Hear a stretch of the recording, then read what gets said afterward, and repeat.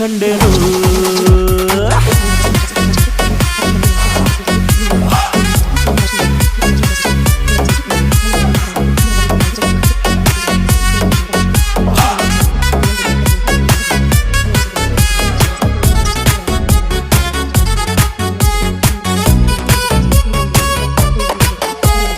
ಕತ್ತಲಲ್ಲೂ ಬೆಳಕ ಕಂಡೇನು ನನ್ನಾಣೆ ನಾನು ಮತ್ತಿನಲ್ಲೂ ಸುಖವ ಕಂಡೇನು ನಿನ್ನಾಣೆ ನಾನು